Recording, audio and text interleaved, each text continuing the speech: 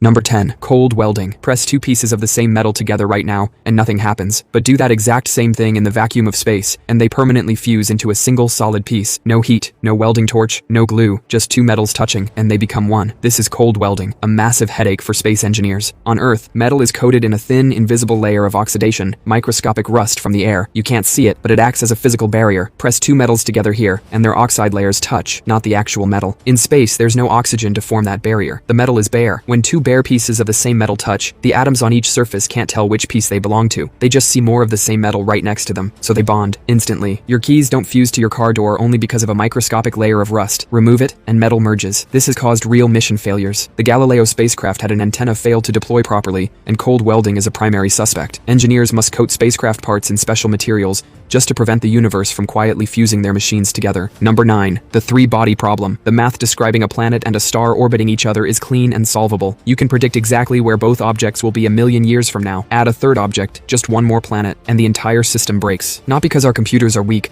but because there is no clean general solution. The math itself shatters. This is the three-body problem. Isaac Newton solved the two-body system effortlessly, but three bodies made him give up. The reason it breaks is pure chaos. With three objects, each one is constantly being pulled by the other two. Every tiny movement changes every pull, which changes every movement, which changes every pull again, forever. A microscopic difference in starting position leads to a completely unpredictable outcome over time. Our solar system has 8 planets and millions of rocks constantly pulling on each other. Over billions of years, those tiny gravitational tugs add up. Scientists calculate there is a small but real chance Mercury could get knocked into a chaotic orbit in the next few billion years, eventually crashing into Venus or Earth. The three-body problem isn't just a math headache, it's a reminder that the long-term future of our solar system is genuinely uncertain. Number 8. Universality of physical laws. Right now, in a galaxy 10 billion light-years away, a hydrogen atom is doing exactly what hydrogen atoms do in your kitchen. Same behavior, same rules, same everything. The speed of light out there is exactly 299,792,458 meters per second. Gravity pulls things together just like it pulls your phone to the floor. The universe is 93 billion light-years across, and somehow, every single corner of it is running the exact same rulebook. Nobody sent out a memo. There are no physics police flying around making sure distant galaxies don't cheat. It just agreed with itself, everywhere, all at once. Astronomers can read the chemistry of distant starlight like a barcode, and the barcodes match perfectly. Hydrogen out there has the exact same fingerprint as hydrogen on Earth. Same lines, same spacing. It's playing by the same rules in a place so far away the light left before Earth existed. If the rules were even slightly different out there, those barcodes wouldn't match, but we've never once noticed a difference. The universe picked a rulebook on day 1 and never deviated. No updates, no patches, no regional variations, just one set of rules, applied perfectly, everywhere, forever. Number 7. The fine structure constant. There is a number that runs the universe. Not a famous number like pi, but a quiet little decimal, roughly 1 divided by 137. It's called the fine structure constant, and nobody knows why it exists. It controls how strongly electrons interact with light, and that one job is everything. If this number were even slightly bigger, stars couldn't form stable atoms, and chemistry would stop working. No molecules, no life. If it were slightly smaller, atoms would fall apart. Also, no life. The universe needs this number to be exactly what it is for us to exist. Nobody derived this number. No theory predicted it. It's just the value the universe picked, for absolutely no reason anyone can find. Richard Feynman, one of the greatest physicists who ever lived, called it a magic number that comes to us with no understanding.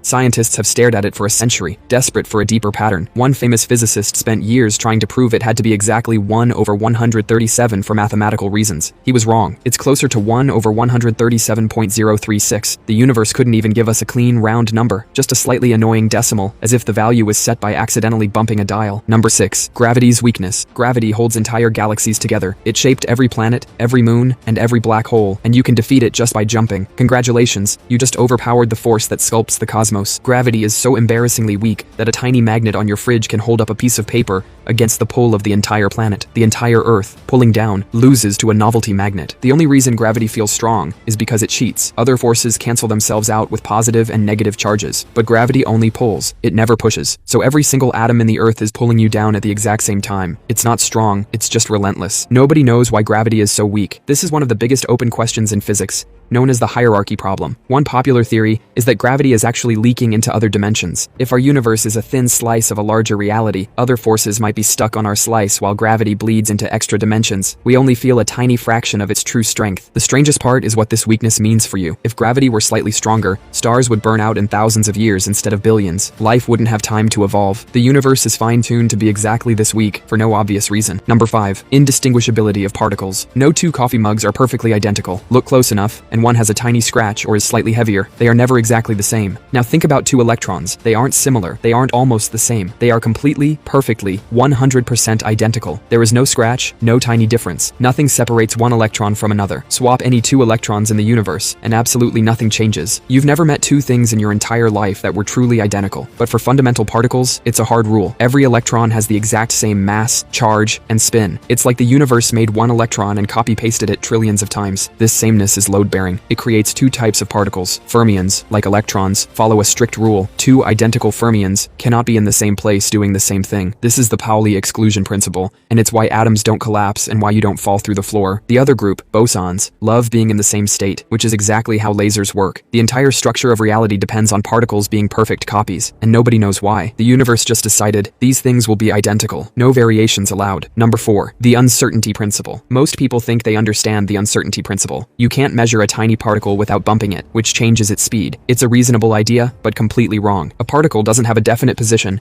and a definite speed at the same time. Not because our tools are bad, but because both don't exist simultaneously. The universe isn't hiding the information from you. The information simply isn't there. Imagine a musical note. Play it for a long time, and you can identify its pitch perfectly. But play it for just a fraction of a second, and it becomes a click. It loses its clean pitch. Not because your ears are bad, but because a sound that's short genuinely lacks a single frequency. Position and speed work the exact same way. The more precisely you pin down a particle's location, the more its speed becomes undefined. It's like asking the color of the number 7. The question stops making sense. If you know exactly how fast it's moving, its location dissolves into a blur. This isn't a technology problem. The fuzziness is baked into reality itself. The universe at its smallest scales is genuinely blurry, like a watercolor painting where the edges just don't exist. Number 3. The Planck length. If you zoom into a digital photo too much, it turns into a blurry mess of pixels. If you zoom into reality far enough, you hit a similar wall. It's called the Planck length, and it is the absolute smallest size anything can possibly be. We're talking 0.33016 meters. A single atom is already unimaginably small. The Planck length is 100 million trillion times smaller than that. It's not just that we haven't found anything smaller. Smaller literally cannot exist. Space itself stops making sense below this size. It's like asking what's south of the South Pole. The question doesn't work. Below the Planck length, physics breaks down. Distance and location stop existing. Scientists think this means space isn't actually smooth and continuous. It's more like a grid. Reality is built out of tiny little blocks, and you cannot cut a block in half. At its deepest level, the universe might literally be pixelated. The most advanced, complex thing we know of, the entire cosmos, is basically running on the exact same logic as a JPEG. Number 2. The double slit experiment. Fire an electron at a wall with 2 slits in it. That single electron will go through both slits at the exact same time. Not one slit, both. It spreads out like a wave, interferes with itself, and creates a striped pattern on the wall behind it. This is the double slit experiment. Now, set up a camera to watch exactly which slit the electron goes through. The striped pattern disappears instantly. The electron behaves like a normal particle and picks just one slit. You didn't touch anything. You just looked, and the universe changed its answer. Scientists have tried everything to trick it. They set up detectors and turned them off at the last second. The wave pattern returned. They even delayed the measurement until after the electron had already passed through the slits. The electron somehow decided retroactively which path it had taken. This delayed choice experiment implies the present can literally affect the past. The best explanation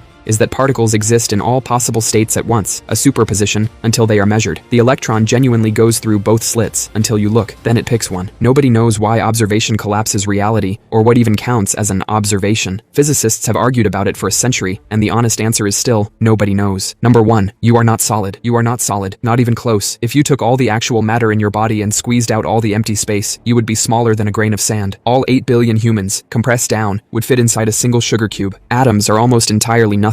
Picture an atom as a massive football stadium. The nucleus is a marble sitting in the middle of the field. The electrons are buzzing around somewhere up in the nosebleed seats. Everything in between is just empty space. That's you. That's your chair. That's the floor. All of it is a highly convincing illusion of solidity. Your hand doesn't fall through your desk because the electrons on your hand and the desk repel each other. You have never actually touched anything in your entire life. Not your phone, not your food, not another human being. Just electrons pushing back against other electrons. The universe itself is mostly nothing. There are voids in space hundreds of millions of light years across containing almost no matter. The Bode's void is 330 million light years wide. If our galaxy were in the middle of it, we would look into space, see absolutely nothing, and assume that was normal. You are empty space pretending to be solid, on a planet that is a tiny speck, in a galaxy that is a tiny speck, in a universe that is mostly nothing.